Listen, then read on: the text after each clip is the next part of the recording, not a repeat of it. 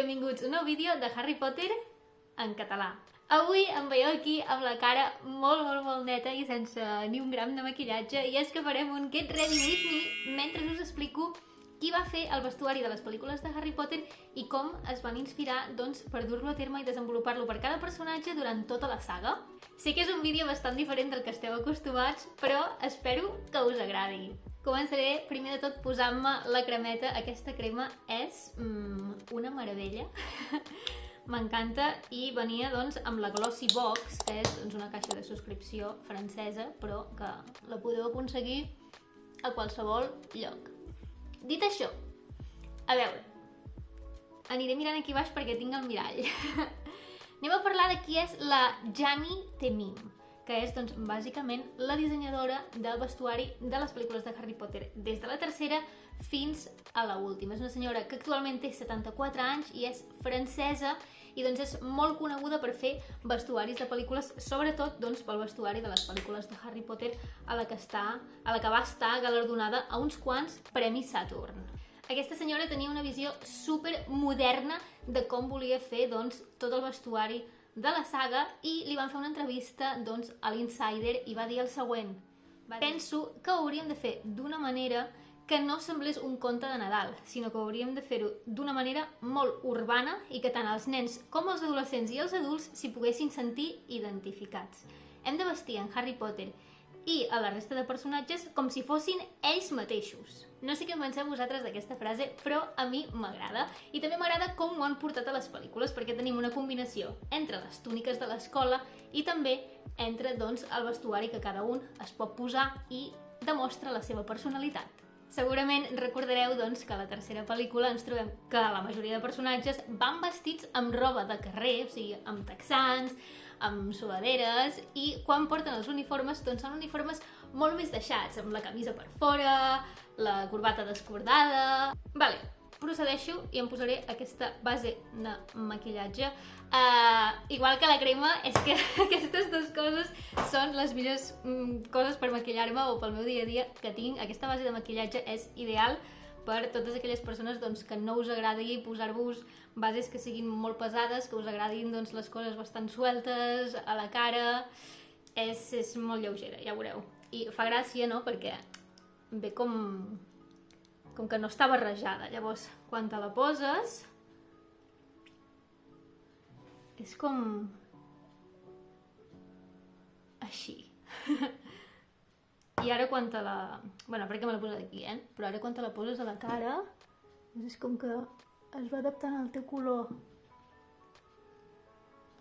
I a més, és que em queda que sembla que no porti res, però una vegada ho has fet tot, queda bonica.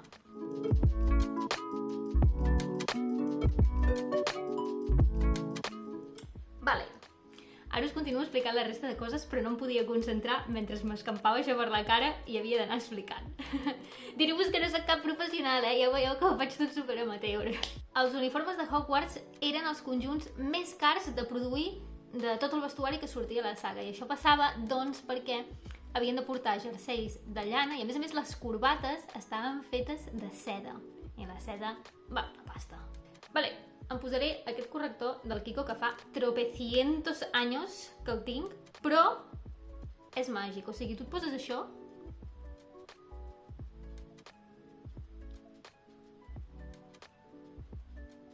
no tens ulleres.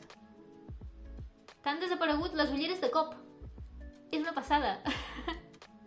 A part de les túniques que sabem que porten a l'escola, també hi ha tot el vestuari de Quidditch, i és que aquesta dissenyadora va decidir que els uniformes per als partits de Quidditch havien de ser una barreja entre els uniformes de futbol americà i els de rugby.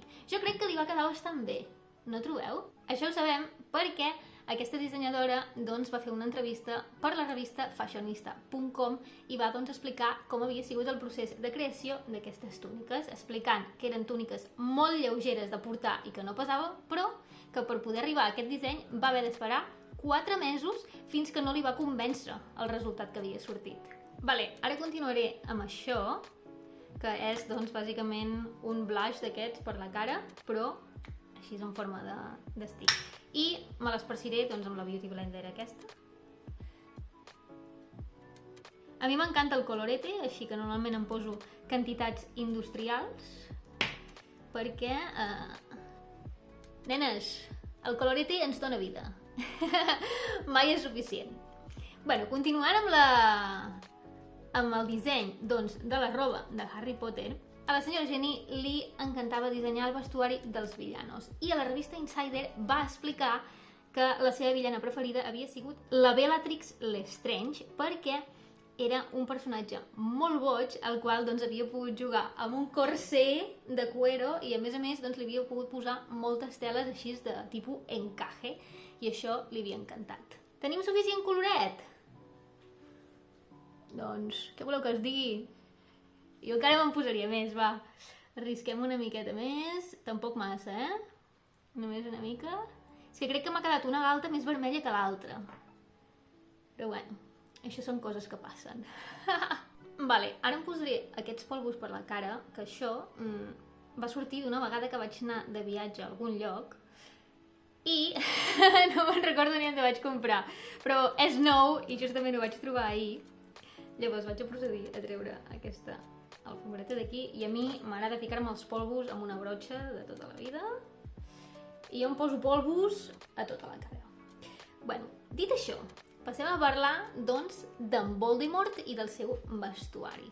La Jenny també va explicar que la roba d'en Voldemort havia sigut un gran repte, i és que la túnica que porta va costar molt trobar teles que onegessin exactament de la manera que ella doncs s'imaginava i que esperava. És per això que vam fer servir 5 tipus diferents de sedes que les van tenyir individualment perquè doncs, els colors casessin entre ells i al final doncs, va sortir la túnica que coneixem d'en Voldemort, que home, goig em fa una estona.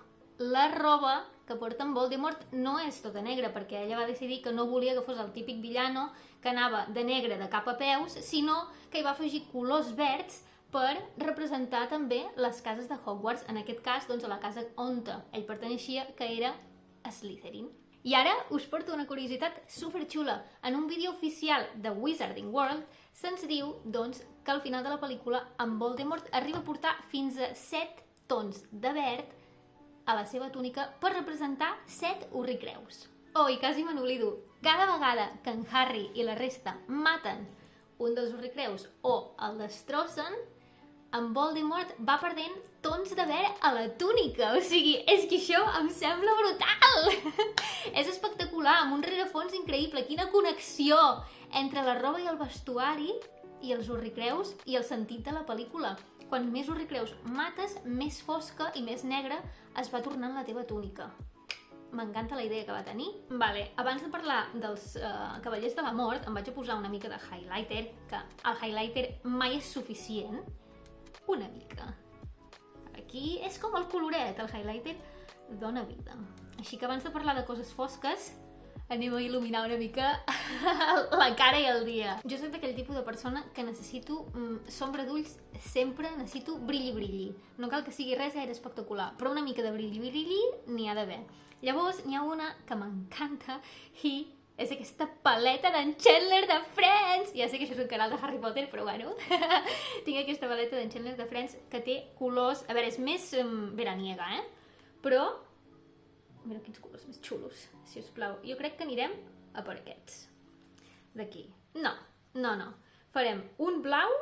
No, farem un rosa i aquest, que avui em posaré una jaqueta rosa, va. Sí, vale. Tots sabeu que els Cavallers de la Mort doncs, són els fidels seguidors d'en Voldemort, no? Quan van dissenyar el seu vestuari, van decidir que havien de ser aterradors però glamurosos. Així que els van posar una túnica negra i, a més, amb detalls platejats.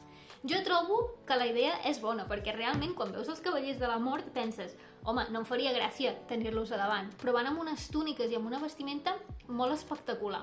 Per la Luna Lovegood, que l'interpreta, doncs, la Ivana Lynch, jo crec que posaré també una mica de rosa aquí, a davant. Ja veieu que jo ho faig tot amb els dits.